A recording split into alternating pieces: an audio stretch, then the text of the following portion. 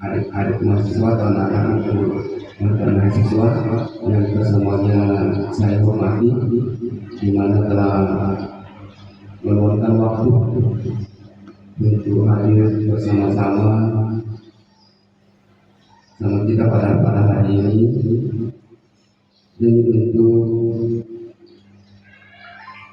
menghadiri pertemuan menyangkut guru penggerak, yaitu diseminasi budaya positif di sekolah. Jadi fokusnya di sini nanti budaya-budaya tidak kebiasaan yang kita lakukan di sekolah. Terima kasih atas kehadirannya dalam kesempatan ini. Selanjutnya selawat dan salam. Pertama-tama kita ucapkan bersyukur kehadirat Allah Subhanahu wa Ta'ala atas nikmat daya dan hidayahnya kepada kita, sehingga pada hari ini kesempatan hadir di tempat ini melaksanakan suatu acara, yaitu diseminasi budaya positif di sekolah. Selanjutnya selawat dan salam kita ajukan kepada junjungan kita Muhammad SAW, Nabi yang menjadi suri teladan dalam kita semua sebagai umatnya. Pertama-tama yang ingin saya sampaikan kepada rekan-rekan guru serta mahasiswa, yaitu kesempatan. Terima kasih atas kesempatan. Tentunya rekan-rekan guru yang telah diambil waktunya di sini demi untuk melakukan pertemuan. Tentunya anak-anak seharusnya diberikan pelajaran, tetapi karena hadir di sini demi untuk pertemuan guru penggerak, jadi tidak diberikan lagi, tentunya hanya diberikan tugas saja. Selanjutnya kepada adik mahasiswa, sekali lagi ucapkan terima kasih atas kesempatannya untuk hadir pada kesempatan ini. Yang selanjutnya, karena apa yang disampaikan kepada saya tadi di kantor oleh Bu Dumiati yang menyangkut materi yang disampaikan pada hari ini cukup banyak, jadi saya serahkan sekarang kepada Ibu Dwi. Demikian dari saya. Assalamualaikum warahmatullahi wabarakatuh. Sekali lagi kita Assalamualaikum warahmatullahi wabarakatuh. Terima kasih yang sebesar-besarnya kepada teman-teman sekalian dan adik-adik dari kampus mengajar atas dukungannya kepada saya dalam hal saya mengikuti kegiatan PDP pendidikan guru penggerak. Ini salah satu bentuk kegiatan saya, yaitu memberikan destinasi penyebaran pemahaman penerapan pengalaman budaya positif di sekolah. Sebelumnya saya menyampaikan bahwa saya tidak ada niat untuk menggurui, saya tidak ada niat untuk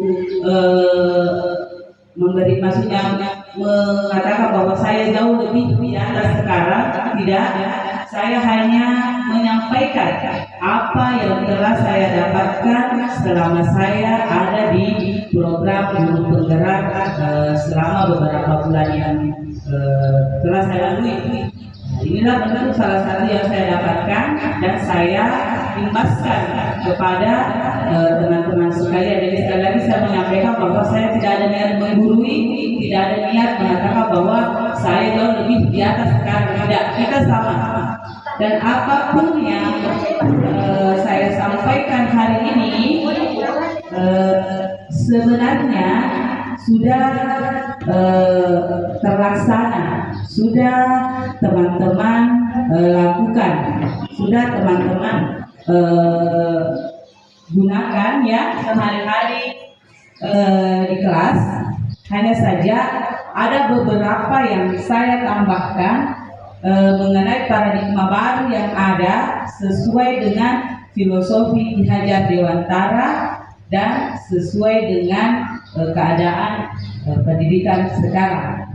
Jadi saya hanya menambahkan atau menjelaskan paradigma baru yang ada sekarang. Seperti itu. Next.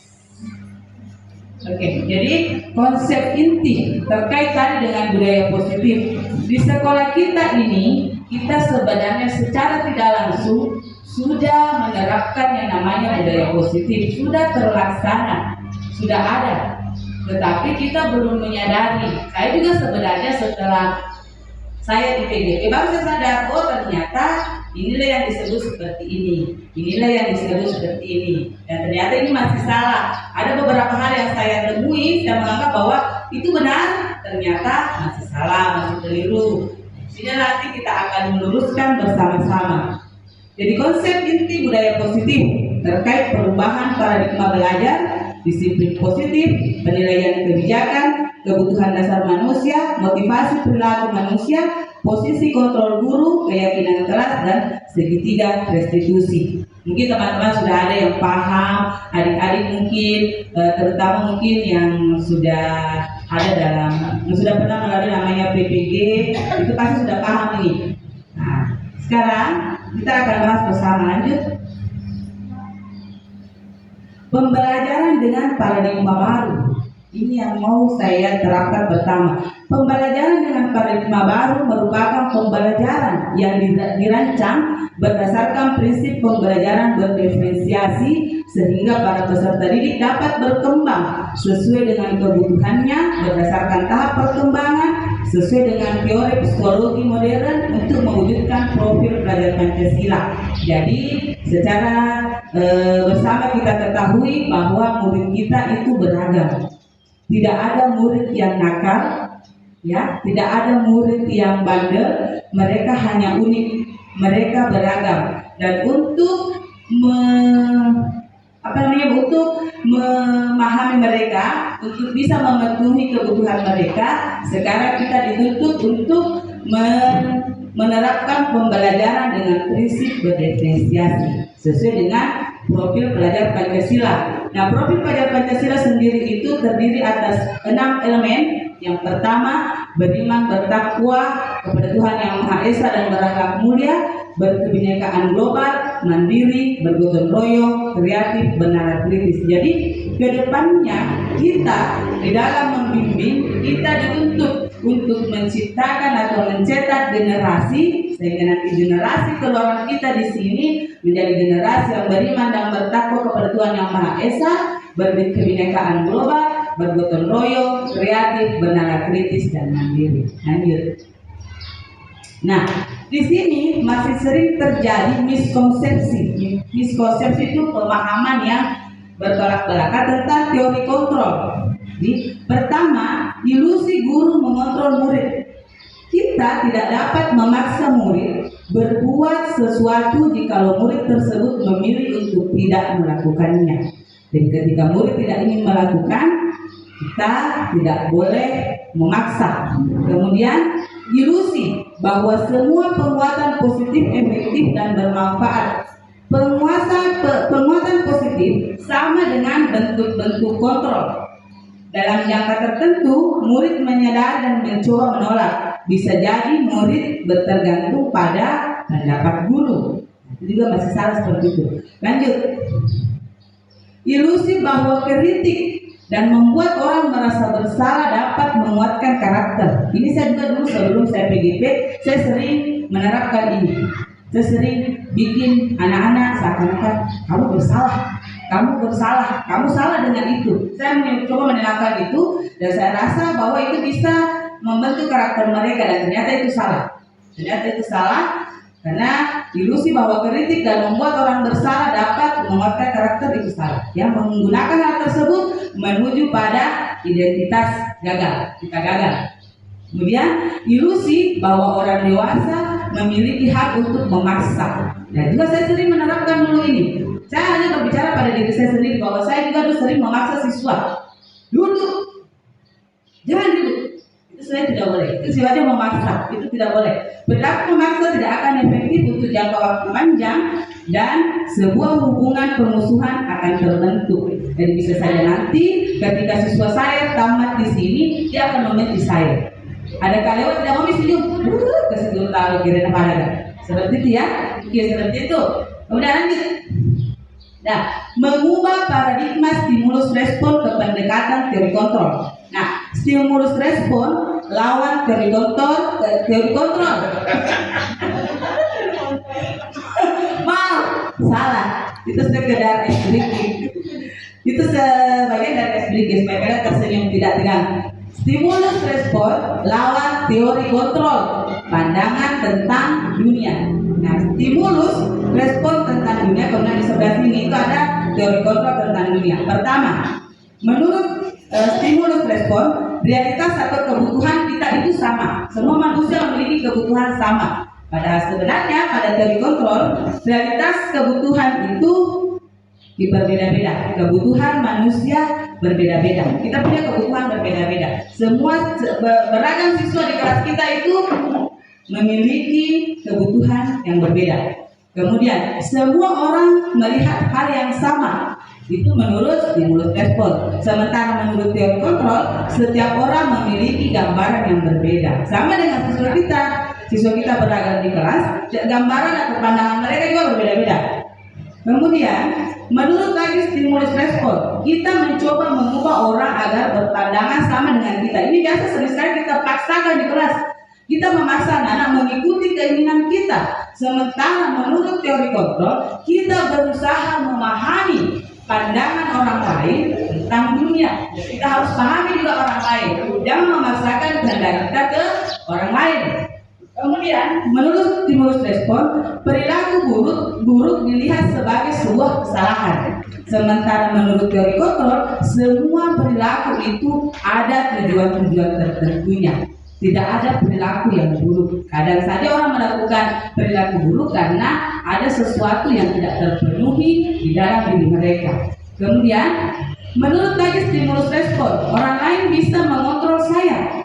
Sementara menurut teori kontrol, hanya Anda yang bisa mengontrol diri Anda sendiri. Ini nanti yang akan kita bahas juga bersama-sama nanti.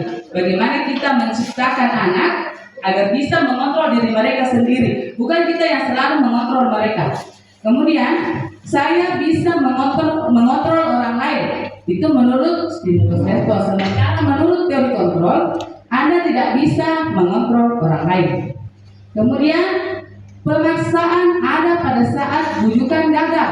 Nah, biasa kalau kita bujuk-bujuk gagal, kita paksa-paksa sedikit. Itu menurut stimulus respon. Sementara menurut teori kontrol, kolaborasi dan konsensus menciptakan pilihan-pilihan baru. Kita bersama dengan siswa berkolaborasi, menciptakan apa suasana di kelas yang mereka inginkan.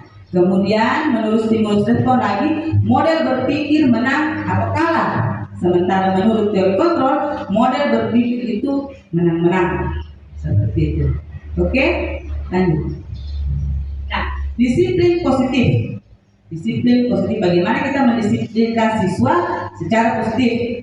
Disiplin mengacu pada disiplin diri yang memiliki tanggung jawab terhadap apa yang dilakukan berdasarkan nilai-nilai yang diyakini.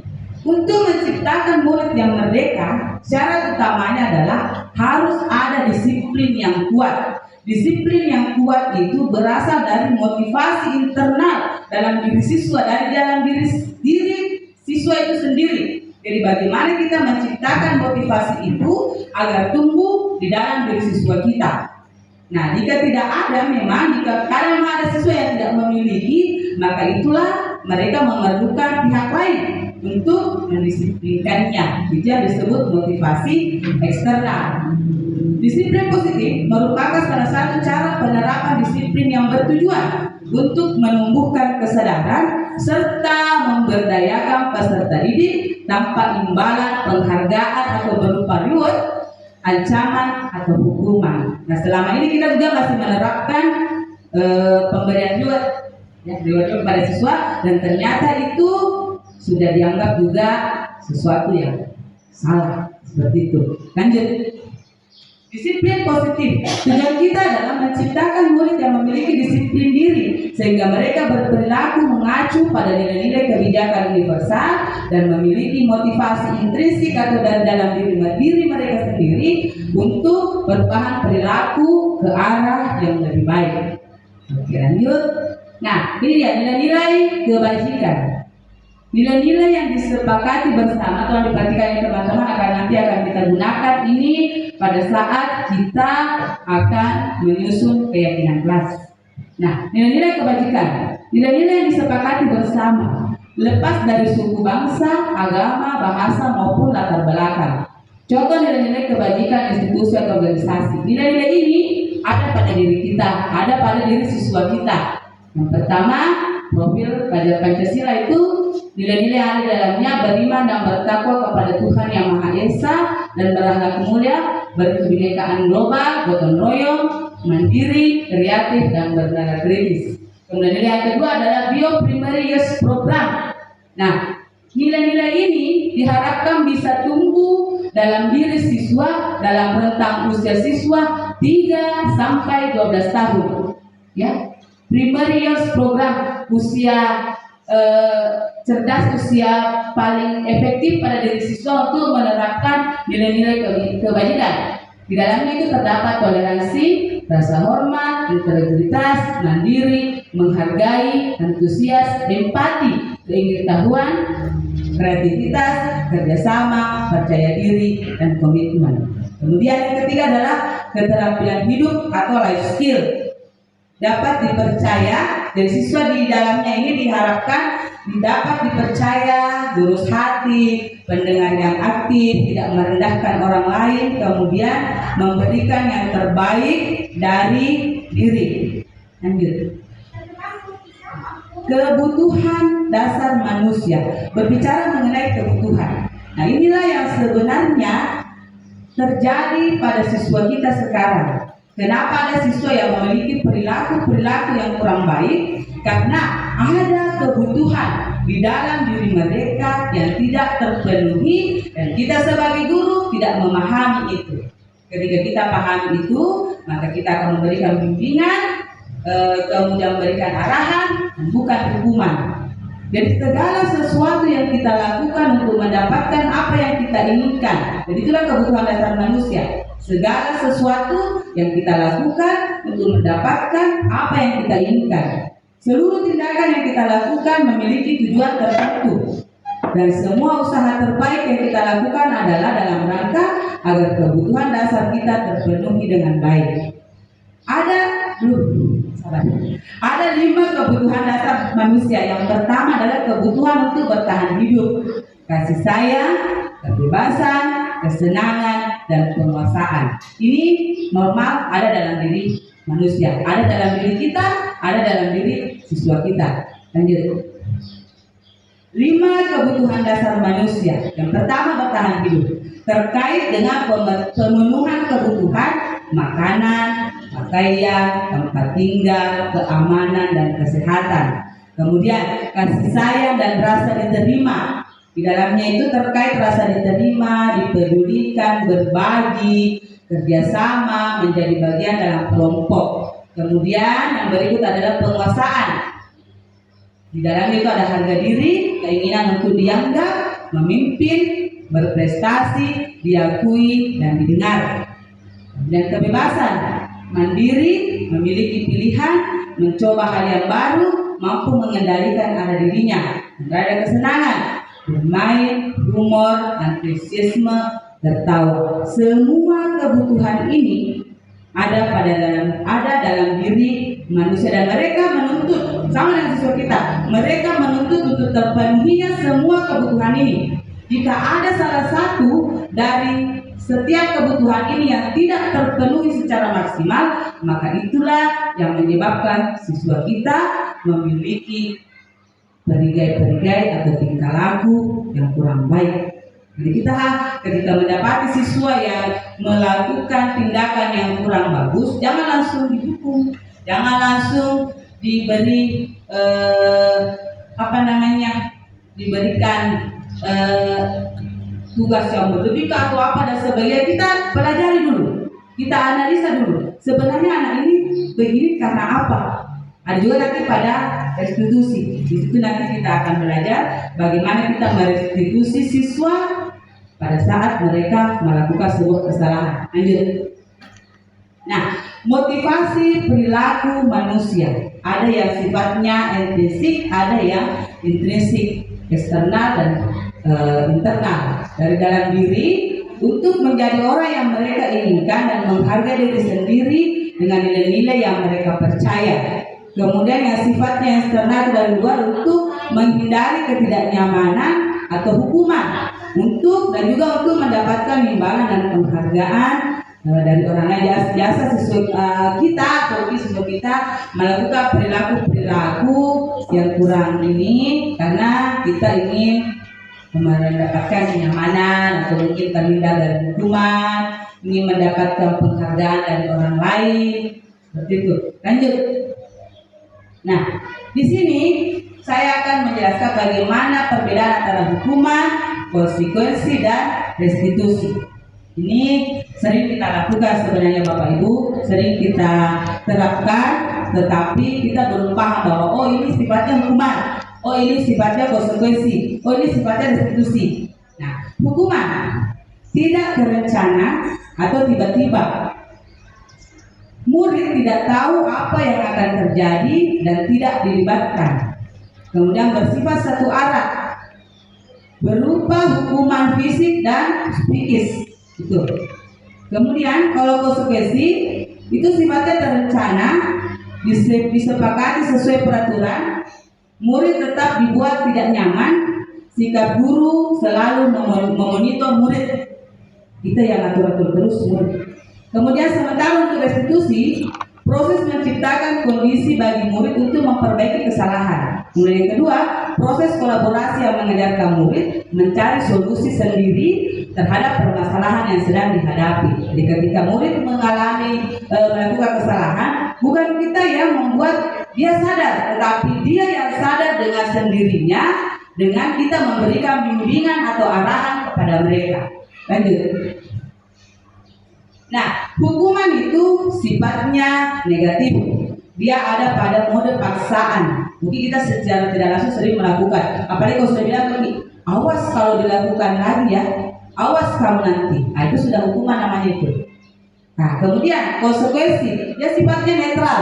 Ada pada stimulus atau respon. Biasa kalau kita bilang atau kita mengatakan, lakukan apa yang saya katakan. Saya bilang kamu duduk. Nah, itu sudah konsekuensi itu. Kemudian restitusi. Restitusi dinilai sebagai sesuatu yang bersifat positif karena dia berada pada teori kontrol. Nah, pada saat kita mengatakan hal ini, itu secara tidak langsung kita sudah merestitusi. Apakah hal ini yang sesungguhnya ingin kamu lakukan? Biasanya kan ada siswa yang mungkin melakukan kesalahan-kesalahan. Oh, memang yang ini yang kamu mau lakukan? Nah, itu sudah secara tidak langsung kita merestitusi. Lanjut. Penjelasannya nanti ada lebih rinci di belakang. Nah, ini terkait tadi dengan penghargaan. Penghargaan maupun hukuman adalah cara mengontrol perilaku seseorang yang menghancurkan potensi untuk pembelajaran yang sesungguhnya. Penghargaan memiliki dampak yang kurang baik, diantaranya penghargaan itu dianggap tidak efektif. Penghargaan bisa merusak hubungan. Itu saja kalau misalnya siswa kita di kelas, ya, peringkat 3 dengan peringkat 4 ini bersahabat. Peringkat 3 dikasih penghargaan, peringkat 4 tidak. Bisa saja sih peringkat 4 berkecil hati. Nantinya muncullah permusuhan atau bisa merusak hubungan pertemanan seperti itu. Kemudian penghargaan mengurangi ketepatan. Penghargaan menurunkan kualitas. Kemudian penghargaan mematikan kreativitas. Penghargaan itu bisa dinilai bersifat menghukum. Seperti itu. Lanjut. Ini dia 5 posisi kontrol. Tadi kita selalu membahas mengenai posisi kontrol. Inilah 5 posisi kontrol guru. Yang pertama, penghukum. Kemudian pembuat merasa bersalah, pemantau, teman, dan manajer. Nah, lanjut. Contoh penerapan 5 posisi kontrol guru. di sekolah. Ini kasusnya, siswa tidak memakai atribut lengkap saat upacara bendera. Ini kita menemukan seolah-olah ini ada seorang guru menemukan siswa tidak memakai atribut lengkap saat upacara bendera. Nah, guru yang ada pada posisi penghukum, dia akan mengatakan lari mengelilingi lapangan 2 kali putaran. Nah, itu sudah menghukum, itu posisi penghukum namanya. Kemudian sementara guru yang berada pada posisi pembuat merasa bersalah, dia akan mengatakan, sudah berapa kali diberitahu, kenapa kamu selalu kecewa ibu, kenapa selalu dilupa, nah itu dia lebih sokota nak, podaki podang. Nah itu sudah merasa pada posisi bersalah, merasa bersalah. Next. Kemudian ini posisi, saya ke posisi pemantau dulu, karena saya akan bercerita sedikit nanti di teman. Di sini posisi pemantau, ketika kita mengatakan kamu sudah melanggar peraturan sekolah, kamu tahu konsekuensinya. Beri atribut upacara, jangan diulangi lagi. Itu sudah berarti kita ada pada posisi memantau, kita pantau terus itu siswa. Jadi siswa secara tersendiri dia akan merasa tertekan kalau kita sering melakukan ini. Nah ini teman, saya sebenarnya sebelum di PGP saya selalu ada pada di posisi ini, teman. Dan ternyata itu kesalahan besar. Selama 10 tahun lebih saya mengajar, saya sudah berbuat kesalahan. Kenapa? Saya selalu menempatkan diri saya pada posisi teman supaya saya berkesan tidak terlalu galak. Dan ternyata itu dinilai tidak membentuk karakter. Nah, apa yang kita ucapkan ketika kita berada posisi teman? Ayo dong, ikuti aturan sekolah. Besok misalnya kamu pakai Senin berikut kamu pakai atribut ya. Nah, ya sudah, tidak apa-apa. Dan kali kalau jangan diulangi. Nah, itu tidak ada karakter yang terbentuk dalam diri siswa ketika mereka melakukan kesalahan, kemudian itu yang diucapkan. Tidak mungkin berkesan galak, tidak mungkin dicap sebagai good killer. Itu yang diucapkan. Sudah punya lawan enggak? Tidak apa-apa Ji, kanten nih. Nah, itu tidak ada karakter yang terbentuk. Lanjut. Nah ini dia posisi terakhir, dan posisi yang harus kita gunakan adalah sebagai manajer. Kita tanyakan dulu ke siswa, apa kamu tahu kesalahanmu? Jadi kita panggil siswanya, mari sini, si A misalnya. Kenapa kamu saya panggil? Tahu kamu kesalahan kamu. Nah kemudian kira-kira bagaimana kamu akan memperbaiki kesalahan itu? Ya, ini tadi terkait ini saya sudah pernah mengirim 2 video dulu di grup sekolah. Mungkin teman-teman masih ada yang menyimpan, bisa dilihat kembali bagaimana saya dulu mendemonstrasikan cara merestitusi siswa yang melakukan kesalahan. Ada saya kirim di grup sekolah dulu. Lanjut. Nah, posisi kontrol apakah aku? Di mana kira-kira sekarang berada? Mari kita merenungi, mari kita pelajari diri kita sendiri, kita paham diri kita di posisi di mana saya berada sekarang. Ya, saya kecewa sekali dengan kamu. Apa kita sering kita ucapkan ketika siswa kita melakukan kesalahan? Next. Atau mungkin kita mengatakan kamu tidak pernah benar melakukannya atau melakukan sesuatu tidak pernah benar. Tuh ini melakukan kesalahan, selalu ada kesalahan yang kamu buat. Nah itu di posisi mana kira-kira? Lanjut. Nah atau mungkin kita sering melakukan ini. Ayolah demi ibu, demi bapak, kamu jangan seperti itu. Nanti kalau kamu begitu, bapak lagi, ibu lagi kena teguran dari pak kepala sekolah. Kalau saya sih sering ini. Ya, kalau saya sudah capek menegur, dia jangan begitu lain kali. Besok saya lagi dipanggil sama pak kepala sekolah. Aku sebenarnya tidak pernah dipanggil, tapi saya takut dan anak. Lanjut. Kemudian sanksi atau konsekuensi apa? Ya, tahu kan? Kalau kamu melakukan kesalahan ini, konsekuensinya apa? Nah, begitu. Lanjut. Atau mungkin kita seperti ini, sudah melakukan ini. Apa rencanamu untuk menyelesaikan masalah ini atau menyelesaikan permasalahan yang telah kamu lakukan? Itu. Mungkin sudah sering ada yang menerapkan itu di kelas untuk mengontrol murid kita. Lanjut. Keyakinan kelas ini. Keyakinan kelas dulu adanya peraturan kelas. Sekarang berubah menjadi keyakinan kelas. Mengapa keyakinan kelas dan mengapa bukan peraturan kelas? Sebenarnya dulu keyakinan ini juga adalah kesepakatan, tapi dikembangkan lagi menjadi keyakinan. Next. Nah, keyakinan kelas adalah kesepakatan yang dibuat bersama antara guru dan siswa untuk menciptakan lingkungan belajar yang positif dan produktif di dalam kelas. Sementara peraturan kelas itu biasanya dibuat oleh guru tanpa kita melibatkan siswa. Jadi kalau Uki bikin keyakinan kelas, siswa harus dilibatkan di dalamnya. Seperti itu. Oke, lanjut. Nah, pembentukan keyakinan kelas itu harus bersifat kuantitatif, berupa pernyataan universal, dibuat dalam pernyataan positif. Ya, pernyataan saya ketik, bukan pernyataan positif, sedikit saja agar mudah diingat. Kalau bikin keyakinan kelas, jangan terlalu banyak, sedikit saja, walau 5 poin, 6 poin, yang penting diingat dan sesuai dengan kebutuhan siswa di kelas kita. Jadi bisa saja keyakinan kelas di kelas 6 misalnya berbeda dari kelas 5. Kelas 5 berbeda dari kelas 4 karena kebutuhan siswa yang ada di dalamnya itu berbeda-beda. Nah, kemudian sesuai dengan kondisi kelas sekolah sehingga mudah diterapkan. Semua warga sekolah atau warga kelas dilibatkan saat membuat keyakinan kelas. Seperti itu. Lanjut. Oke, jadi sebelum kita ke segitiga restitusi, saya akan coba-coba dulu membagikan ilmu saya ke teman-teman. Bagaimana kita membuat keyakinan kelas. Jadi seakan-akan ini kita di kelas ya teman-teman. Kita di kelas, saya akan membagikan sticky note. Kira-kira, misalnya begini, saya mengatakan, anak-anak, sekarang kita akan membuat keyakinan kelas. Apa yang penting kira-kira untuk kita jadikan nanti atau kita masukkan nanti dalam keyakinan kelas kita? Apa kira-kira yang anak-anakku perlukan di dalam kelas supaya nanti saat belajar anak-anakku merasa nyaman? Bisa dipahami kira-kira teman-teman? Apa kira-kira yang anak-anakku inginkan? Model kelas seperti apa? Aman, bersih, dan sebagainya. Nanti silakan saya bagikan ke teman-teman. Silakan yang satu nanti bergiliran naik tempel di atas.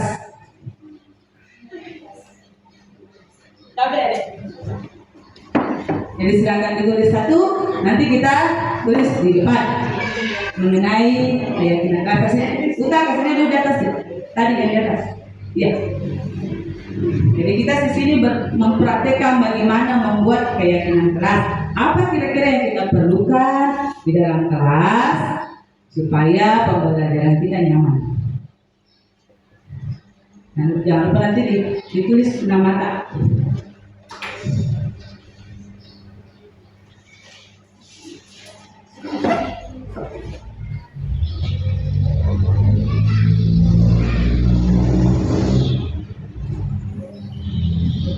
Mengatakan saya mau kelas saya bersih, mungkin mengatakan saya mau bebas berkreasi, saya mau kelas saya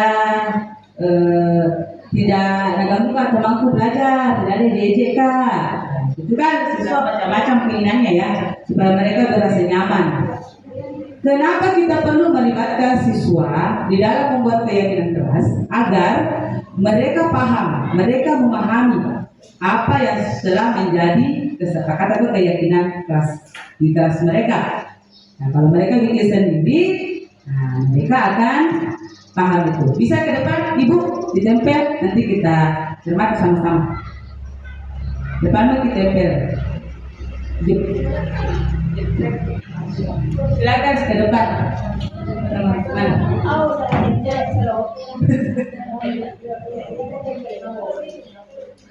Ganti Bu, diganti.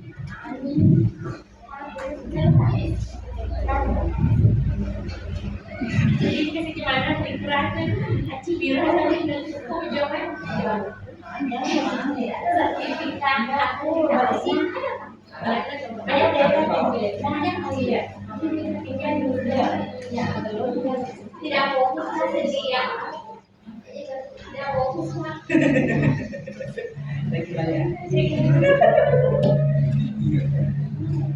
Ayo siapa yang mau naik dulu? Bu Sri. Iya, tapi kalau dia berani Meki.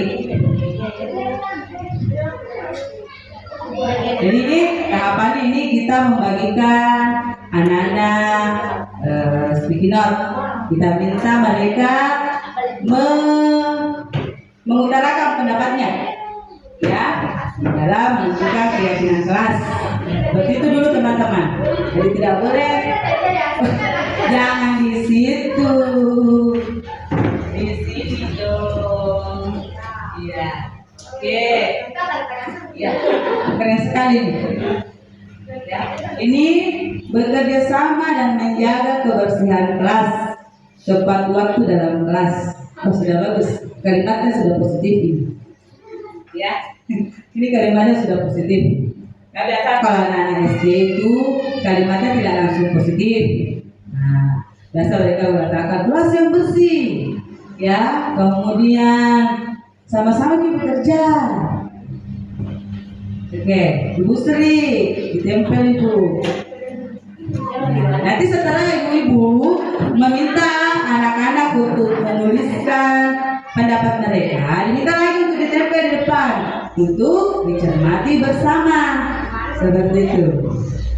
Ya, ini, ya, ini contohnya yang dari Ibu Rati ini masih belum positif. Biasa ini kelas merasa aman tanpa keributan. Nah, itu nanti ya akan kita positifkan nanti kalimatnya. Siapa lagi?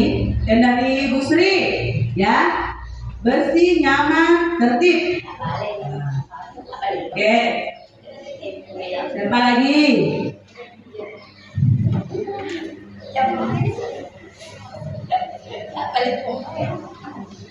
Balik sticky note-nya.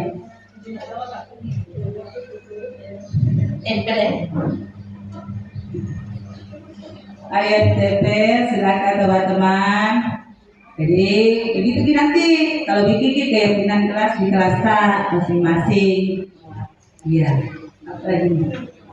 Minta HP ibu guru supaya nonton. Oh, keren nih, mau nonton. Dia bersifat apalagi dia maunya melihat video.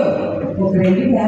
Bagus juga, nanti dia sudah tahu bahwa ada siswa yang ingin dia mau nonton. Jadi bagaimana kita mengemas pembelajaran kita nanti supaya ada juga masanya kita kasih nonton ini anak-anak.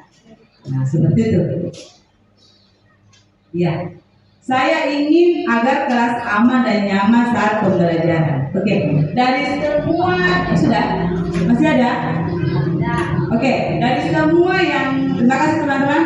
Jadi dari semua yang ditempelkan di depan, seperti ini misalnya siswa kan sudah tempel. Kita analisa lagi bersama dengan siswa. Oh, tadi misalnya Rustam, dia mau bekerja sama dan menjaga kebersihan kelas, tepat waktu di dalam kelas. Oh ya, ini bagus sekali kata-katanya. Mungkin dia jago bahasa Indonesia ya. Kemudian ada juga yang mengatakan dia ini kelas bersih, nyaman dan tertib. Kalau dari Bulata ingin kelas merasa aman tanpa keributan. Kemudian ada juga ini dari Wandi tadi ingin agar kelas aman dan nyaman sampai belajar. 4 di sini ini sama, ya, 4 sudah sama, hampir sama poinnya. Nah, bisa nanti disatukan. Nah, yang agak lain ini minta HP ibu guru tuh supaya menonton. Oh, jadi kita sudah bisa pahami di sini bahwa ada salah satu siswa saya yang hobi nonton. Dan bagaimana kita nanti membuat media pembelajaran untuk kita gunakan bisa menonton juga anak. Jadi di keyakinan kelas kita positifkan kata-katanya.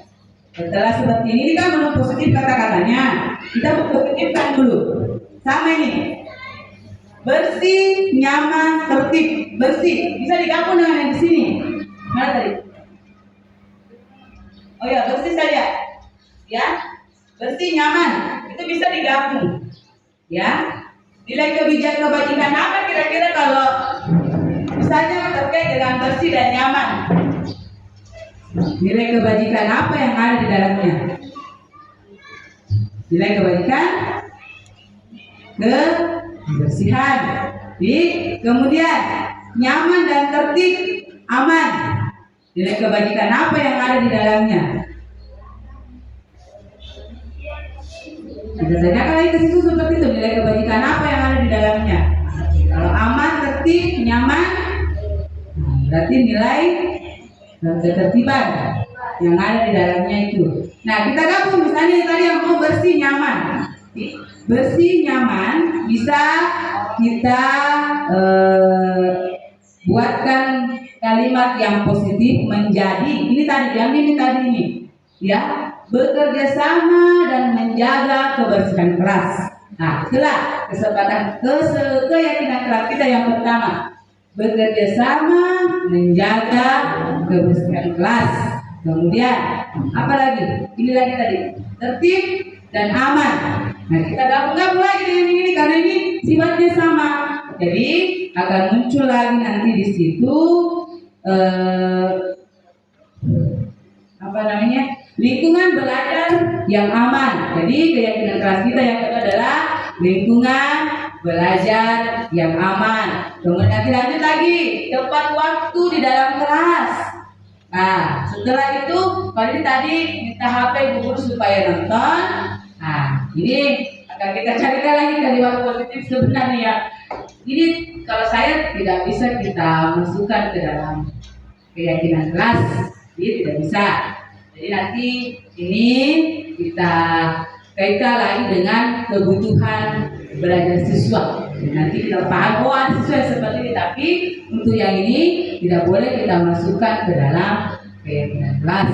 Nah, seperti jadi tadi ada 3 keyakinan kelasnya, bekerja sama dan menjaga kebersihan kelas. Kemudian apa lagi tadi satu? Lingkungan belajar yang aman dan nyaman, tepat waktu di dalam kelas. Nah, itu sudah ada 3 keyakinan kelasnya kita. Seperti itu. Nanti keyakinan kelas itu dimodel, bisa dibikin di Canva atau mungkin dibikin berupa hiasan-hiasan ditempel di kelas sehingga anak-anak memahami. Kalau kita sudah bikin seperti itu, secara tidak langsung juga anak-anak sudah paham bahwa di kelas saya ada keyakinan begini. Jadi bukan lagi peraturan, tapi keyakinan. Ada keyakinan seperti ini di dalam kelas saya. Saya harus mematuhi, saya harus tepat waktu di kelas, saya harus membuat lingkungan belajar yang aman. Nah, seperti itu tidak boleh berkelahi. Karena kapan saya berkelahi, saya sudah melanggar lingkungan belajar yang aman. Kalau saya datang terlambat, berarti saya tidak sesuai lagi dengan kesepakatan kelas, tepat waktu di dalam kelas. Seperti itu. Jadi kalau kita buat keyakinan kelas, kita libatkan siswa, maka secara tidak langsung mereka akan mengingat. Tidak dipaksa lagi, tidak ini lagi. Mereka ingat dengan sendiri bahwa inilah keyakinan yang ada dalam kelas saya dan harus saya patuhi. Seperti itu. Baik, mungkin sampai di sini ada yang mau bertanya mungkin sebelum kita lanjut, masih ada materi 1?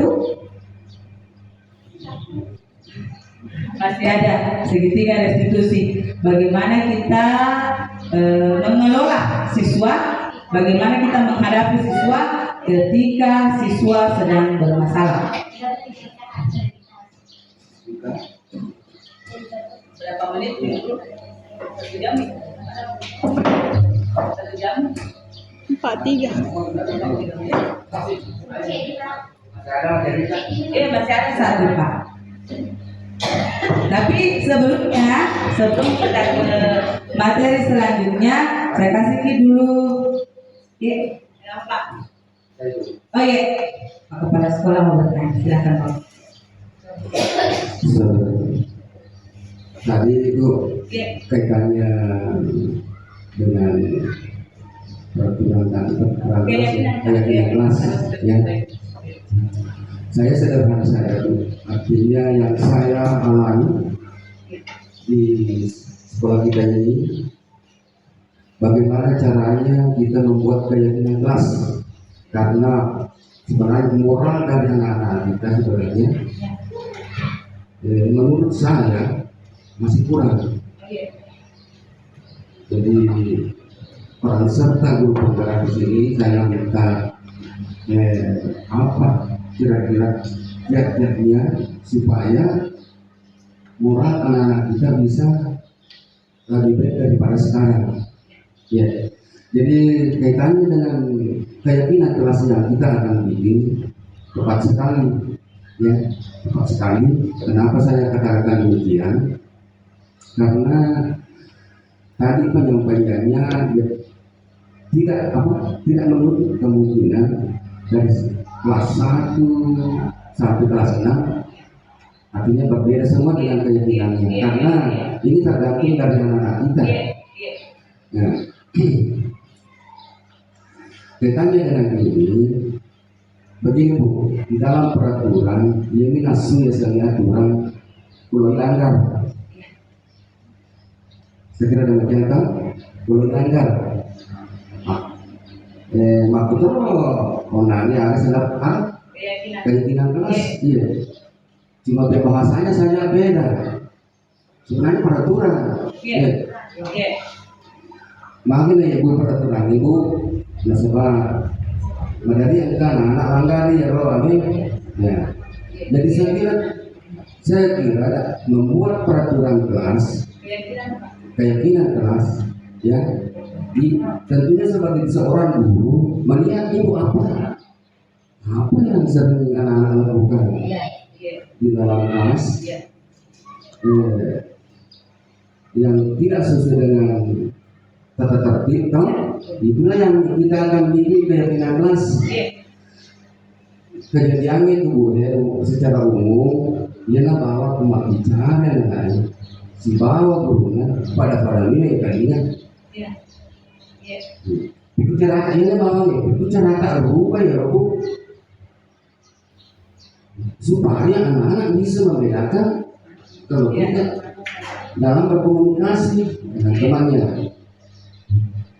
Ini yang sederhana saja dulu, bagaimana caranya kita rubah ini. Ya, saya minta pendapat dari rekan-rekan guru, bagaimana caranya baru kita membuat keyakinan sekolah.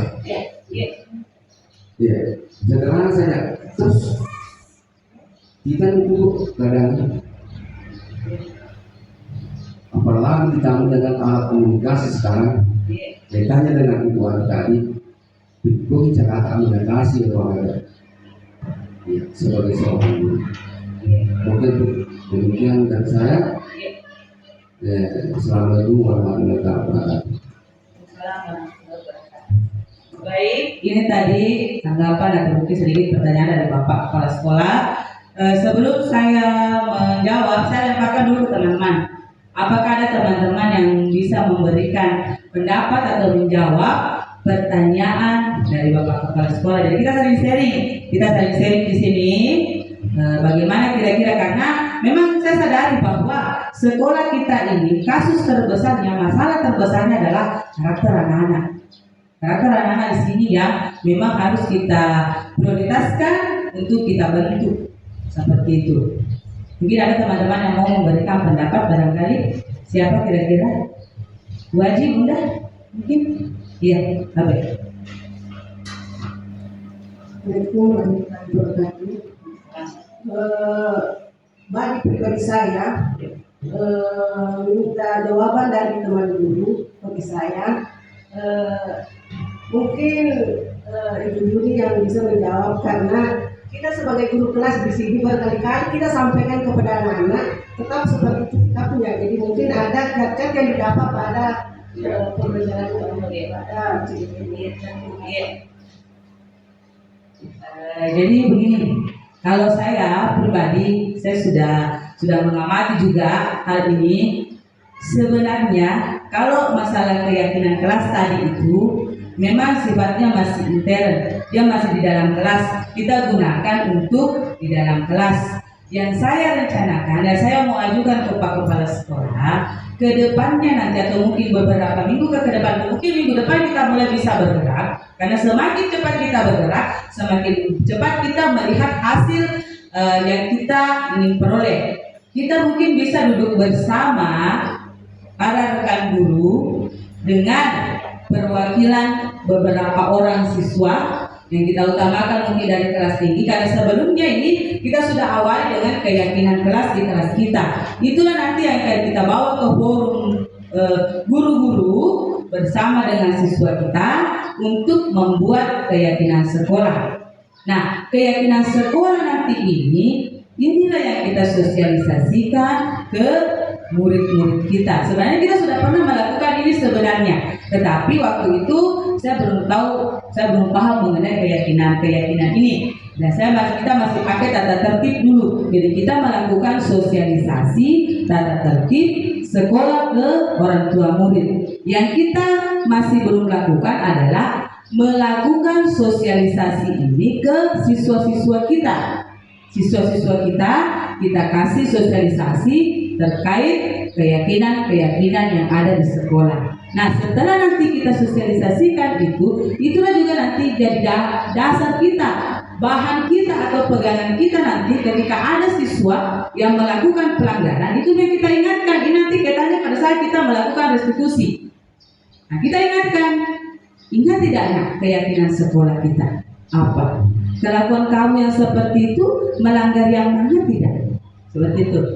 Jadi saya rencanakan seperti itu. Nantinya kita akan duduk mungkin di Kombel minggu depan, kita akan duduk bersama untuk membentuk keyakinan sekolah. Kemudian setelah itu kita akan sosialisasikan. Apakah kita sosialisasikan secara umum ke siswa ataukah mungkin ke siswa yang hadir di forum kita nanti itulah yang mensosialisasikan ke teman-teman mereka. Kemudian terkait dengan karakter yang ada di sekolah kita, kembali lagi Bapak Ibu bahwa kita adalah penuntut, kita adalah contoh, kita adalah teladan. Jadi ketika kita menginginkan karakter yang baik, kita menginginkan sesuatu yang baik ke siswa, berawal dari kita dulu. Ketika mungkin saya sendiri begitu, ketika saya mendapati siswa melakukan kesalahan, saya mengatakan apa saya yang salah menyampaikan pelajarannya, atau mungkin saya yang salah membimbingnya, atau mungkin mereka mencontoh dari saya ya. Jadi kita seperti itu. Jadi kita awali dari kita dulu sebenarnya. Apakah kita sudah memberikan atau membuat atau mencontohkan karakter yang bagus, gitu. Kata yang bagus, sopan santun yang bagus, seperti itu Bapak Ibu. Jadi kalaupun memang kita sudah meyakini bahwa kita sudah menerapkan itu, ada lagi kita tadi ingin menonton video, mungkin kita juga harus gencar memperlihatkan video-video yang menunjukkan bagaimana tata krama yang bagus di dalam bertutur kata kepada guru, kepada orang tua, dan kepada siswa. Ini juga pentingnya komite di sekolah kita untuk kita libatkan dalam hal ini. Kenapa? Karena sebagian besar saya pribadi menilai bahwa sebagian besar pembentukan karakter siswa kita di sini itu juga dari lingkungan mereka.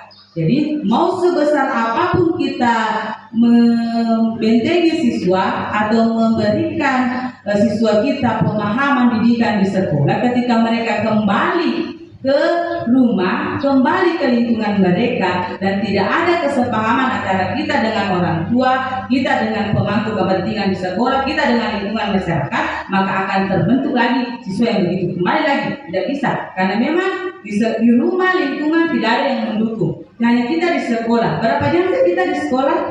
Setelah itu mereka lepas. Belum lagi kalau hari libur. Dan saya rasa memang itu tantangan besar kita di sini. Lingkungan sangat-sangat luar biasa. Dan ini yang harus kita pikirkan bersama. Bagaimana kita bisa mengatasi ini, membentuk siswa kita menjadi pribadi dengan karakter yang bagus sesuai dengan profil pelajar Pancasila di tengah lingkungan yang sangat luar biasa. Begitu kalau saya. Makasih. Mungkin ada lagi yang bertanya? Teman-teman, sebelum saya lanjut lagi. Ya, baik, terima kasih. Kau. Terima kasih, Dek. Kalau tidak salah simak tadi, sekarang katanya kalau siswa misalkan mendapatkan sesuatu kita tidak diharapkan lagi memberikan reward, ya berupa hadiah. Yang saya ingin tanyakan, Dek, apa sebabnya sehingga bagi siswa yang mendapatkan prestasi tidak lagi memberikan reward tersebut?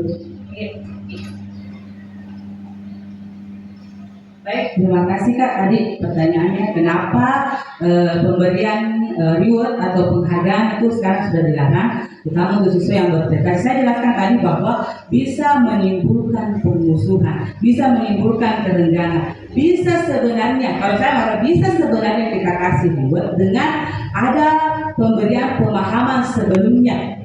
Ya, ini mungkin semacam apalah seperti itu. Atau mungkin bagaimana ketika kita memberikan reward itu, penghargaan itu bisa menjadi motivasi untuk anak-anak kita yang belum sampai di titik teman-teman yang mereka menerima reward, mereka untuk termotivasi ke situ. Kalau bisa misalnya kasih wejangan atau motivasi sehingga mereka tidak muncul permusuhan, bisa-bisa saja, bisa saja. Silahkan diberikan penghargaan, silahkan diberikan reward. Tapi ketika kita tidak bisa, mungkin lebih baik jangan sampai ada kerenggangan. Contoh tadi saya katakan bahwa siswa yang peringkat 3 tiba-tiba bersahabat dengan yang peringkat 4, yang peringkat 3 dikasih hadiah. Ini yang peringkat 4 tidak ada. Pasti secara sendiri ada rasa di dalam, saya tidak ada tuh selalu tak itu terus dikasih, saya tidak ada, kapan saya begitu? Ada penumbuhan rasa kecil hati di dalam diri mereka. Jadi tetapi kalau kita bisa mengolah itu supaya tidak menjadi semacam muncul nanti kebencian atau mungkin permusuhan, malah muncul motivasi, silakan saja, tidak apa-apa. Kalau saya seperti itu. Terima kasih. Ada lagi yang lain mungkin? Bu Haji, mudah.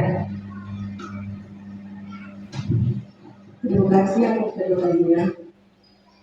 Saya selama ini kelas 1 mengajar sikap yang saya laksanakan ke siswa saya mungkin tidak cukup yang saya laksanakan.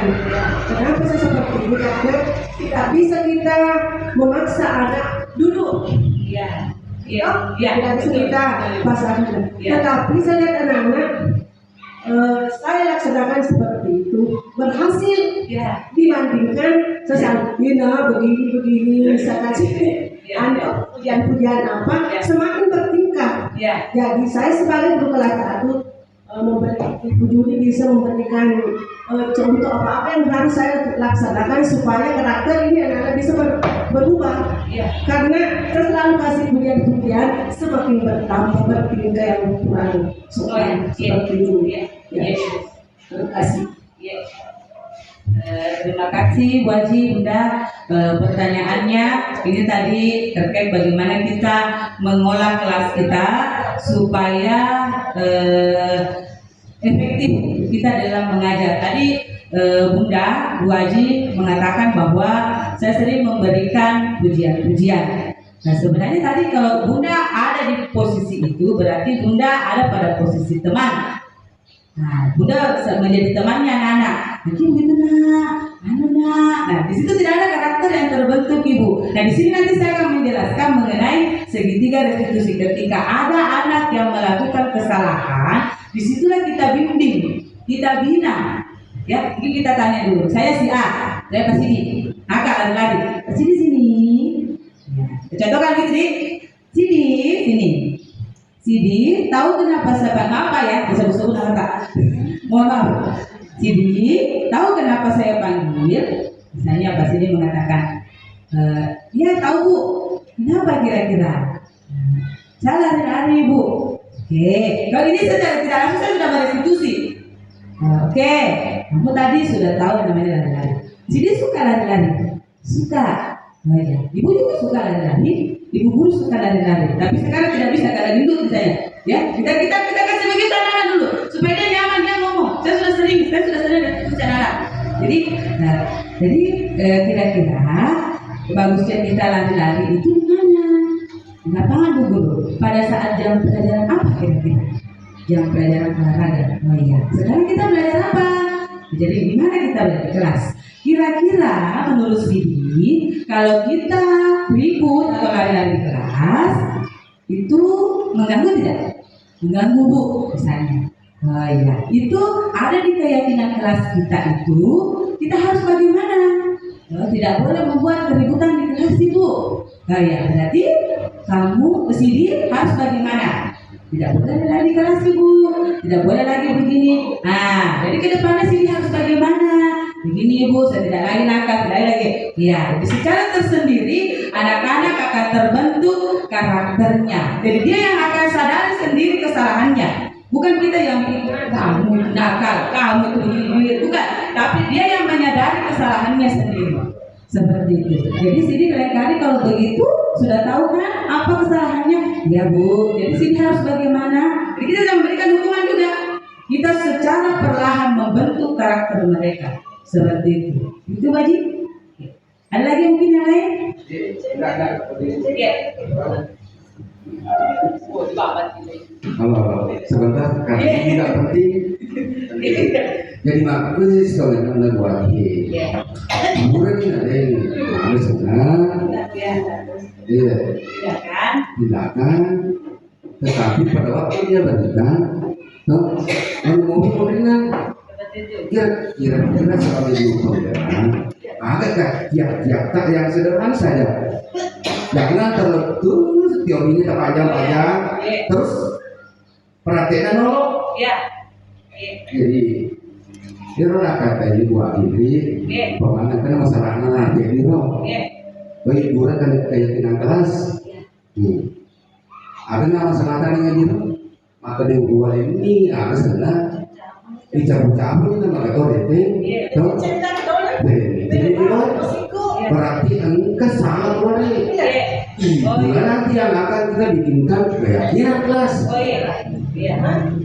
Jadi saya minta dalam hal ini jangan teori saja ya, tapi bagaimana seorang guru ini bisa cepat tersampaikan oleh anak-anak melalui praktek kita sehari-hari. Iya, aja ada teori mungkin udah taruh teori, tapi ya lo jangan tepat. Namun sederhana mau, ya kalau ini ya berapa makanya kataku ada ini. Iya.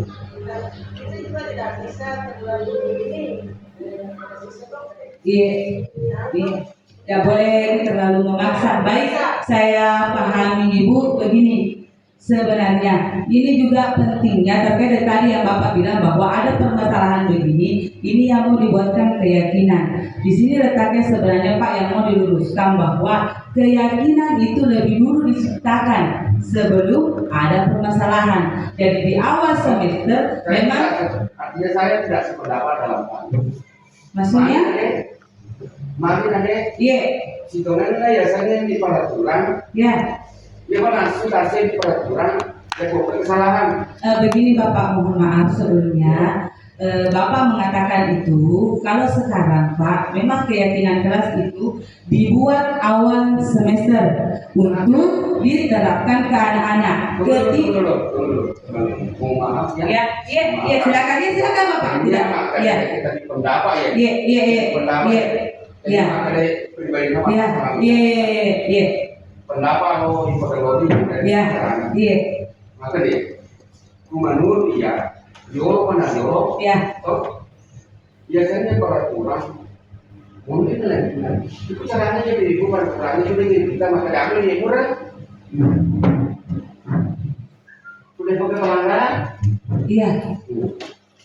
Contoh ini contoh sederhana. Iya. Agar lo lakukan itu lo. Iya. Mungkin kan duduk-duduknya kan tidak ada. Baik Bapak, terima kasih. Maaf saya tidak memotong. Di sini letak kelemahan kita. Kenapa? Kita membuat peraturan setelah ada pelanggaran. Sebelum ada permasalahan itu, kita dituntut memang untuk berpikir kira-kira permasalahan apa nanti yang muncul di kelas saya ini. Nah, pertama pada awal semester kita melakukan yang namanya MPLS. Di situ kita mengamati siswa. Teman-teman saya rasa melakukan. Siswa saya ini kebutuhannya apa? Siswa saya ini kebutuhannya apa? Makanya di awal semester pada saat pertama kita mengajar, jangan langsung gas mengajar. Amati dulu siswa kita. Siswa kita ini kebutuhannya apa? Dia ini apa? Si A ini apa? Di situ nanti kita akan berpikir juga bahwa siswa ini dia maunya ini. Seperti itu. Dia kebutuhannya ini. Dia cara belajarnya begini. Nah, nanti setelah itu kita akan arahkan lagi anak-anak membuat keyakinan kelas. Keyakinan kelas diciptakan untuk menciptakan lingkungan kelas kita menjadi nyaman. Sama dengan lingkungan sekolah, diciptakan untuk membuat lingkungan sekolah itu nyaman. Jadi kita pikirkan memang pada saat itu, kira-kira apa yang anak-anak butuhkan, apa yang guru-guru harapkan. Kita kan kolaborasi dengan anak-anak, Pak. Misalnya tadi saya tanya anak-anak, ini, kalian maunya apa? Mau kelas yang bersih. Contoh tadi yang ini saya yang satu. Tadi itu aja lah. Iya. Ya naruh tapi kita lakukan ini. Iya, tadi saya jelaskan dari sini Bapak. Iya. Tadi itu saya coba katakan bahwa teman-teman sudah mengatakan bahwa saya ingin kelas yang bersih, kelas yang nyaman. Kita juga guru berpendapat, nah saya mau kelas yang aman. Pada saat belajar semua duduk tenang, tidak ada yang lari-lari. Kita sudah sampaikan dari awal, sebelum ada permasalahan. Nah, nanti akan timbul di keyakinan kelas, akan secara tersendiri terbentuk di keyakinan kelas. Ketika siswa sudah melakukan tiba-tiba lupa, namanya anak kan lupa melakukan kesalahan, kita ingatkan kembali keyakinannya. Nah, dulu awal semester kan kita sudah bikin keyakinan. Anak itu bilang mau cara belajar begini, ibu guru sampaikan, ibu guru mau anak-anakku kalau belajar itu duduk tenang, duduk nyaman. Ini kita mau diskusi lagi. Kita duduk tenang, nyaman, tidak berkeliaran, tidak mengganggu teman tak. Ada di keyakinan kelas sana? Iya ada. Nah, seperti itu Pak. Jadi ini pentingnya kita membentuk keyakinan kelas lebih awal, bukan setelah ada permasalahan. Seperti itu. Jadi mungkin ke depan ini kita gerak cepat di sekolah kita untuk membuat keyakinan sekolah sebelum ada permasalahan besar yang muncul terkait dengan karakter-karakter yang di dalam diri siswa kita pada saat ini yang ada. Jadi sebelum ada permasalahan muncul apalagi sampai keluar, lebih baik cepat kita membentuk, duduk bersama di komunitas untuk membentuk keyakinan sekolah berawal berdasar dari keyakinan kelas yang kita bentuk sebelumnya. Seperti itu. Terima kasih. Tapi begini. Iya, silakan. Tapi begini. Iya. Tadi kan aturannya lahir sebelum dipakai. Iya. Toh? Iya. Kira-kira apa yang bisa membedakan kelas 1, kelas 2 berbeda dengan bulan? Nah itu yang berbeda. Maksudnya dilanjutkan memang ini aturan. Iya. Sebelum terjadi permasalahan. Iya. Kira-kira yang apa sebagai sebab kemana? Baik kelas 1. Iya. Nah, tapi caranya nanti bisa kasih lagi. Bukan saja kelas lain itu kan kelas saja semakin kita berteman jangan berteman semakin ini kurang karakternya saja. Iya, Ibu. Ini terkait lagi tadi bahwa semakin kita membujuk siswa, semakin menjadi-jadi. Nah, makanya tadi dikatakan bahwa posisi kontrol sebagai teman itu masih salah. Kita harus menjadi manajer. Jadi sekarang tugas kita di sekolah menjadi manajer. Ketika ada permasalahan, kita olah siswa kita secara restitusi. Belum saya sampaikan materinya sebenarnya untuk restitusi. Kita restitusi siswa tak sama yang saya contohkan tadi melalui Pak Sidi. Ditanya seperti itu. Iya, sedikit.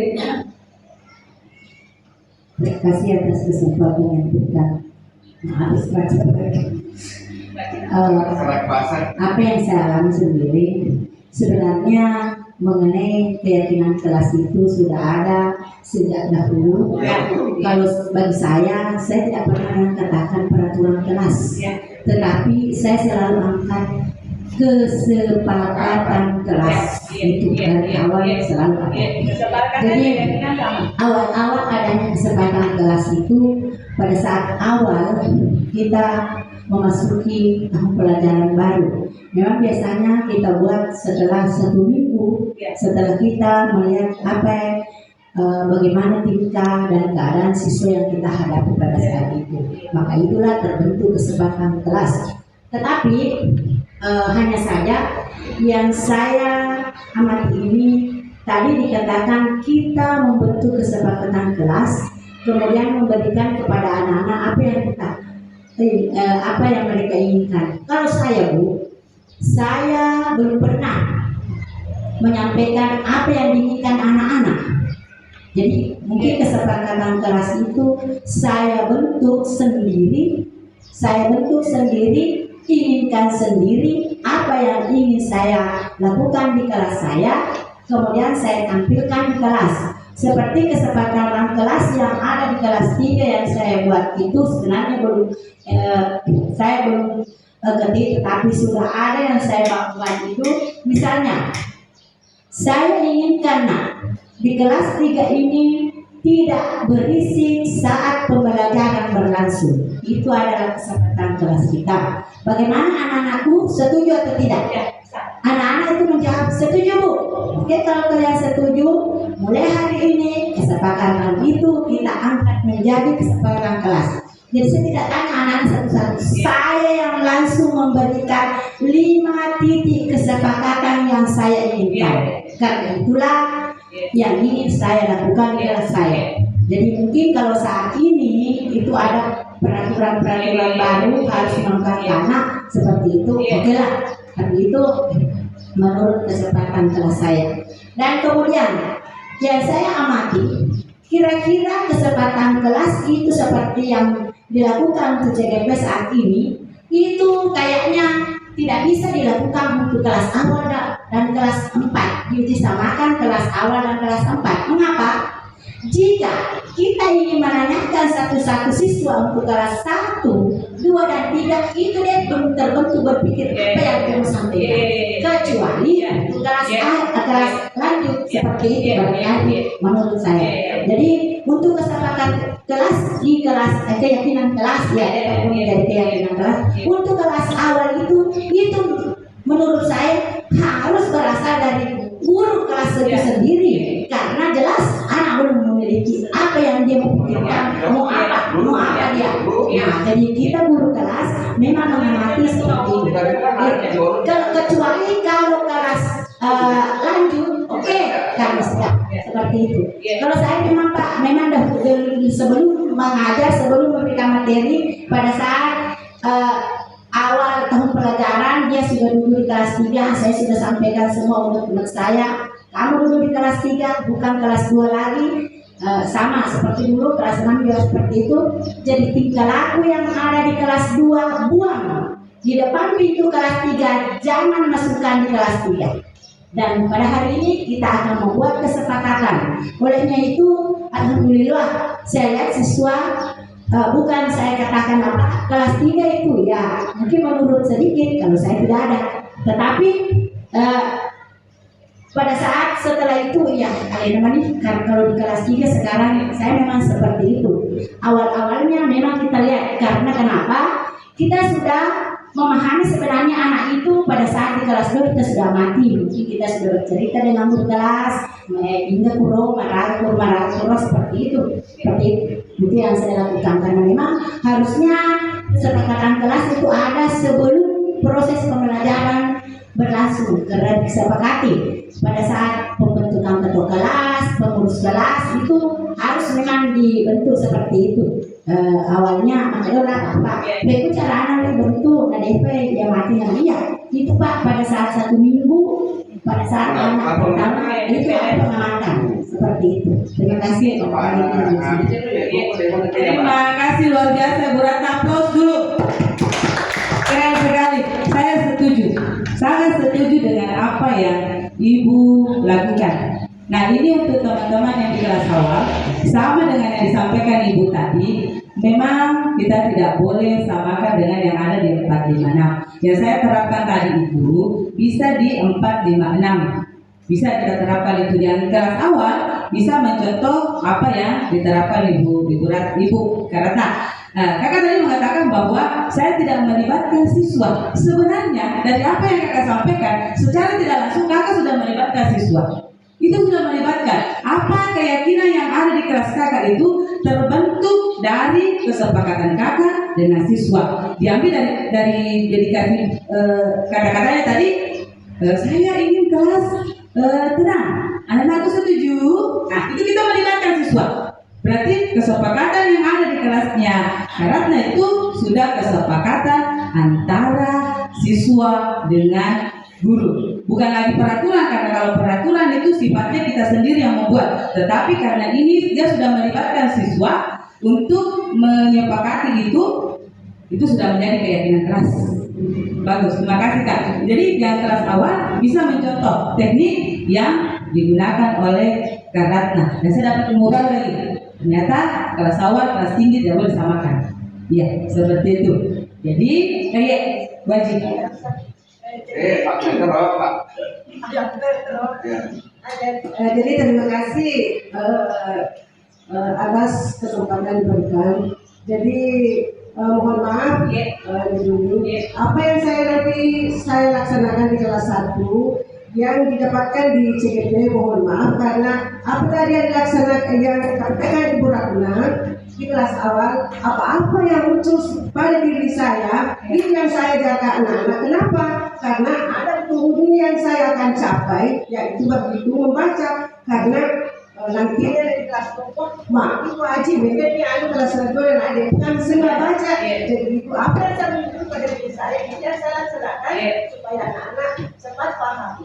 Jadi jangan wajib ini tidak apa namanya apa yang saya sampaikan tidak dilaksanakan di kelas karena ujung-ujungnya ini saya mau lihat anak-anak cepat bisa membaca seperti itu. Itu yang saya utamakan. Terima kasih. Jadi sebenarnya tadi apa yang kita sampaikan oleh Bu Ratna itu begitu sebenarnya. Jadi Bu Ratna kan mengadakan pengamatan dulu sebelum membuat peraturan kesepakatan kelas. Begitu kan Bu Ratna? Iya, makor ya Pak, aku ya awasan. Makanya tetap ke kesepakatan kelas atau kayak ke 16. Nanti bagian kita naik. Melakukan dulu pengamatan. Setelah mengamati, maksud kan sih, maksud ini. Kelasnya juga begitu, muridnya tentu dia pada kelas ini kan melakukan pengamatan dulu. Makro betul ini. Dia nggak ada jadi jorok, kenapa? Dia tidak melakukan pengamatan. Makro. Jadi sudah ada perbedaan antar kelas masing-masing. Kalau begitu sudah ada pengamatan. Yang disampaikan orang tuanya seperti bisa mengajar. Ini muncul Isya sudah mulai berubah. Kenapa? Karena dia mulai pertama kasih sayangnya muncul, tetapi makin hari semakin berkurang. Semakin menjadi di perut kita lagi sadar itu. Ini seluruh seperti itu. Jadi apa yang muncul pada diri kita, kita jaga sebagai itu kembali lagi. Coba sebenarnya, jadi emosi biasa saya. Terima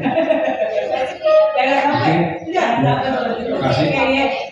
Semua wali kelas banyak khusus untuk olahraga ini kelas 1 sampai kelas 6 bagi saya tidak ada sulit. Itu anak-anak kalau waktunya olahraga, saya bilang mau olahraga nggak? Mau. Jadi baik kita keluar, tetapi saat kalian semua yang tidak pakai baju olahraga, saya tidak izinkan olahraga. Jadi biasa kalau ada anak tidak mau pakai olahraga, saya simpan di kelas. Akhirnya anak itu usahakan pakai baju olahraga. Kenapa? Bapak keberan sama kembali di rumah ambil baju. Tidak ada ketekanan itu. Artinya diingatkan saja. Ini kan hari olahraga ya guru olahraga dulu. Jadi kalau olahraga harus bagian olahraga. Dia mati kita jaga makui artinya tidak. Misalnya ikut dulu. Karena kita tidak olahraga ini minggu depan gimana? Sudahlah sama jadi lagi tegur minggu depannya semuanya lengkap gitu. Jadi bisa bilang kelas 1 sampai kelas 6 sama semua jadi bisa pakai cara kerja anak-anak bergairah itu olahraga karena mau pelan dari kasih nabi saya rawatkan ini mau ini pakai berbalik pelan jadi artinya kilo-kilo kita enak sehingga bila studi itu di holding jadi nak urusan anak terima kasih. Terima kasih dari pendapat Bapak Sidi.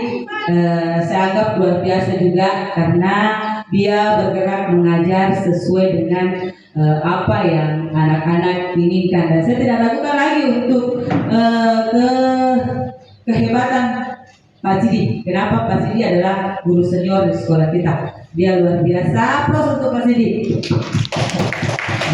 Jadi teman-teman sekalian, begini saya melukiskan juga bahwa apa yang saya dapatkan ini memang adalah pengetahuan baru yang secara perlahan ingin kita terapkan di kelas kita sesuai dengan kondisi dan kebutuhan siswa kita.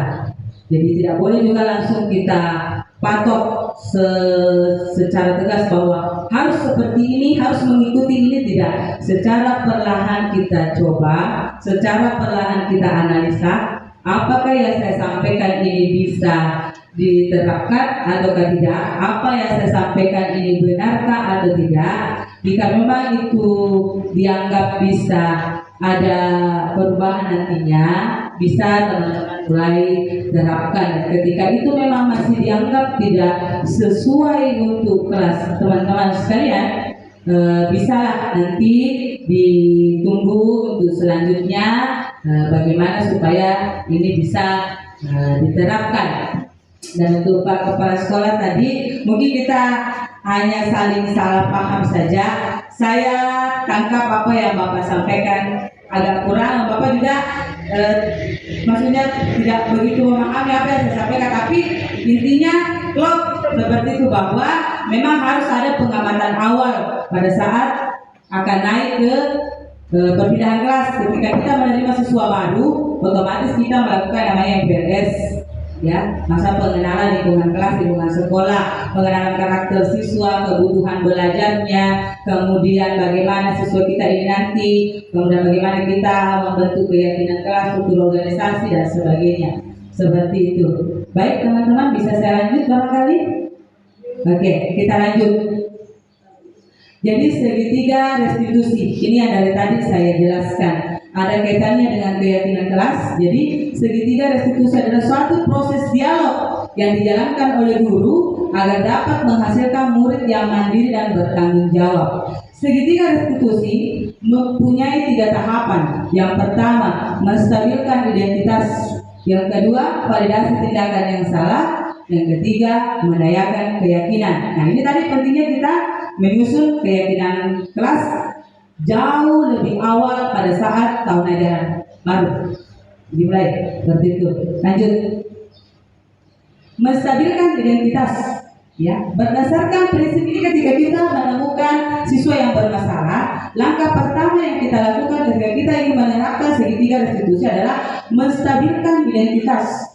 Pertama, berdasarkan prinsip membuat kesalahan adalah sebagian dari proses pembelajaran. Siswa melakukan kesalahan itu hal yang biasa di dalam proses pembelajaran. Kemudian menggeser identitas murid dari identitas gagal ke sukses. Kemudian jangan mengkritik murid yang sedang mengalami identitas gagal. Jadi bukan anak yang nakal, tetapi murid yang mengalami identitas gagal. Pertanyaan yang bisa diajukan ketika kita melakukan penstabilan identitas, yang pertama, membuat kesalahan adalah sesuatu yang wajar, ya. Kemudian manusia itu tidak ada yang sempurna. Kita bisa sampaikan pada anak, nah, kamu hari ini melakukan kesalahan, manusia membuat kesalahan itu wajar, ya. Kemudian manusia itu tidak ada yang sempurna. Bisa juga kita mengatakan kita bisa memperbaiki masalah ini.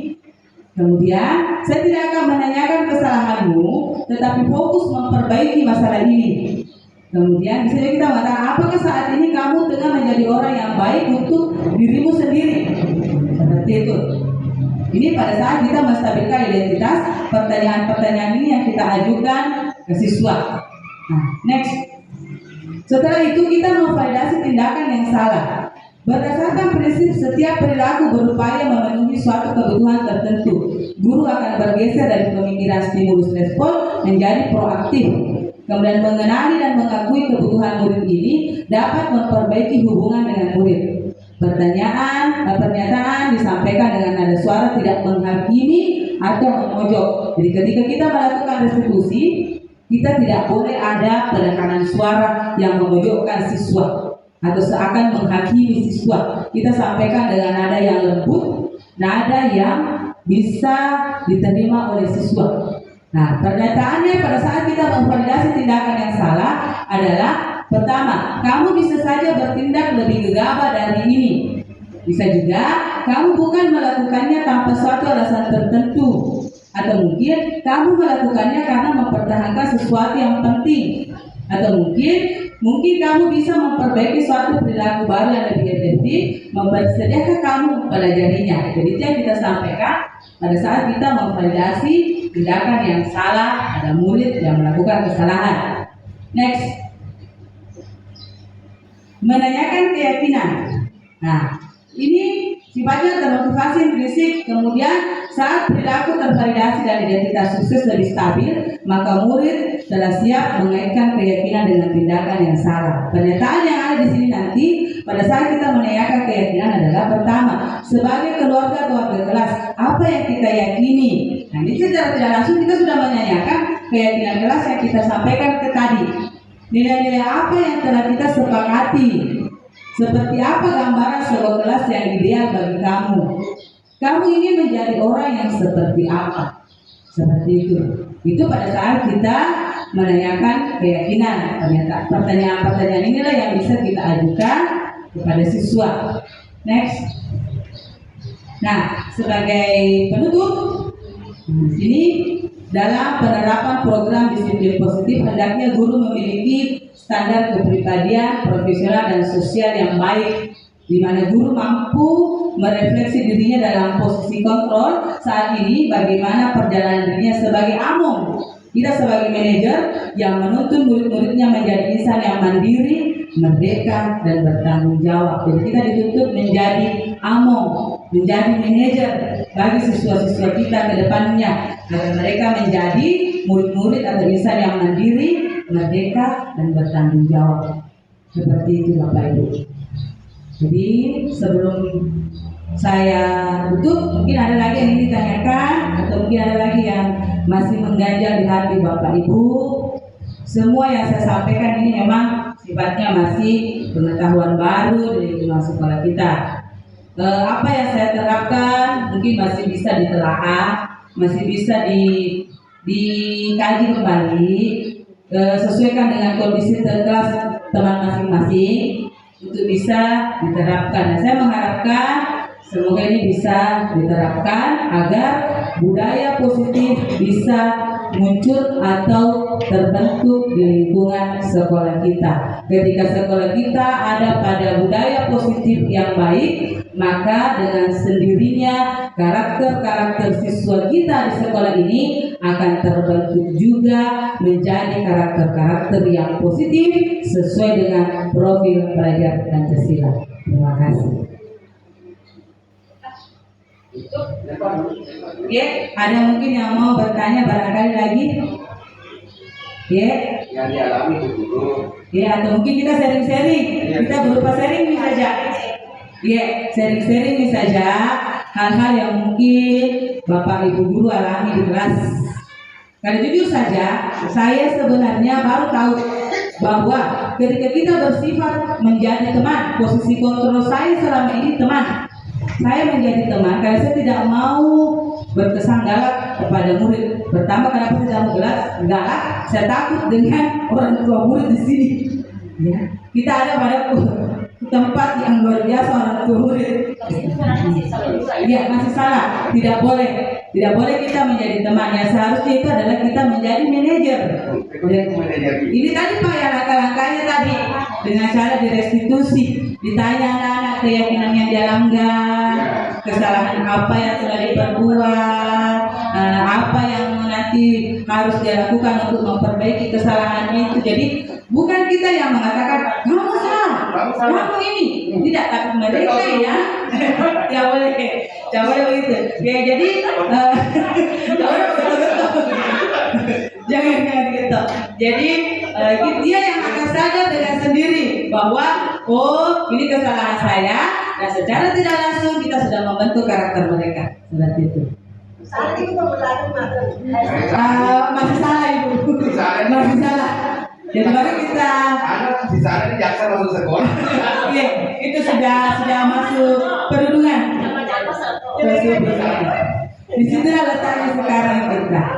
Kenapa ada yang seperti itu sekarang? Saya juga baru memahami ternyata ada dampak ke depan ketika kita selalu memberikan penekanan atau hukuman kepada murid, kedepannya akan membentuk karakter anak itu menjadi anak yang galak, brutal, pendendam. Saya pribadi begini, saya bercerita sedikit.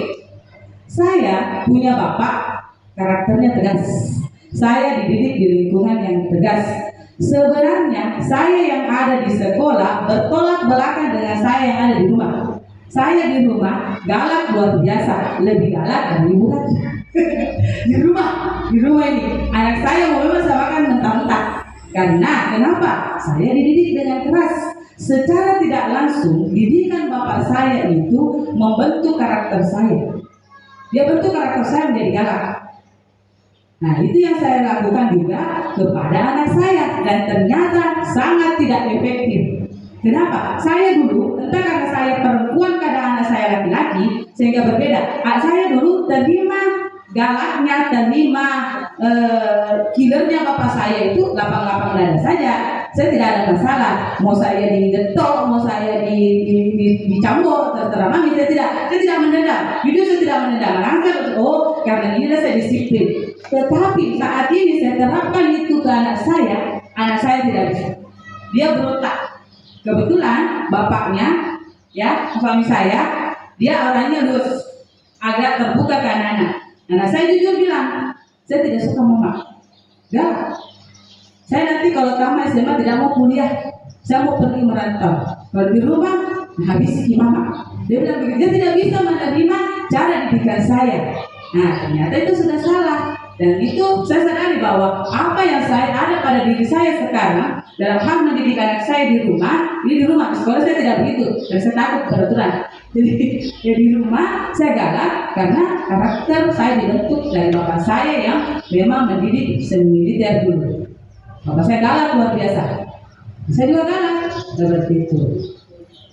Jadi kenapa kita tidak boleh galak kepada anak-anak? Kenapa kita tidak boleh selalu melakukan pendekatan-pendekatan? Karena nanti takut membentuk karakter anak-anak ke depannya. Mungkin setahun 2 tahun tidak, tetapi ke depannya jangka panjangnya akan berdampak kepada anak-anak itu sendiri. Begitu. Masih ada mungkin Bapak Ibu, teman-teman, adik-adik? Jadi ini adik-adik yang dari kampus mengajar, yang ketika besok-besok mengajar mungkin dia lebih paham lah. Ya, anak-anak muda itu ilmunya lebih fresh dari kita yang sudah setengah tua begini. Ya, saya dapat ilmu ini deh setelah saya ikuti lagi CGP. Mungkin kita sudah dapat di kampus. Jadilah guru yang asik, disenangi dan dihormati oleh siswa. Siap membentuk karakter mereka. Seperti itu. Baik, bagaimana Bapak? Bisa saya tutup? Baik, karena teman-teman mungkin sudah tidak ada lagi yang memberikan tanggapan atau mungkin tidak lagi di seri, maka saya mengucapkan terima kasih yang sebesar-besarnya kepada teman-teman, dukungan teman-teman kepada saya, Bapak Kepala Sekolah memberikan dukungan kepada saya, adik-adik luar biasa sekali dukungannya kepada saya dalam melancarkan semua tugas-tugas saya, kegiatan-kegiatan saya di JGP Angkatan 11 ini. Semoga saya bisa berproses selama 6 bulan ke depan dan semoga saya bisa mencapai hasil yang maksimal. Terima kasih luar biasa dukungannya, terima kasih teman-teman, dan tidak henti saya mengucapkan banyak terima kasih atas bantuan dan dukungan. Mohon maaf saya banyak menyita waktu dari Bapak, Ibu-ibu, dan adik-adik sekalian. Saya akhiri dengan ucapan Assalamualaikum warahmatullahi wabarakatuh.